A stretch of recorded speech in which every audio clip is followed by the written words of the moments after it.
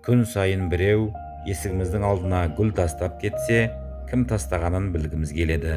Өйткені гүлдер үлкен бір сүйіспеншіліктің белгісі екенін білеміз. Адам қандай қызық. Есігіміздің алдына гүл тастап кеткен адамның кім екенін білгіміз келеді де, әр көктемде сезімдерімізді селт еткізген түрлі түсті гүлдерді алдымызға жайған жаратушыны білгіміз келмейді. Бұл әдемі гүлдерді біз үшін жаратқандығы айдан анық.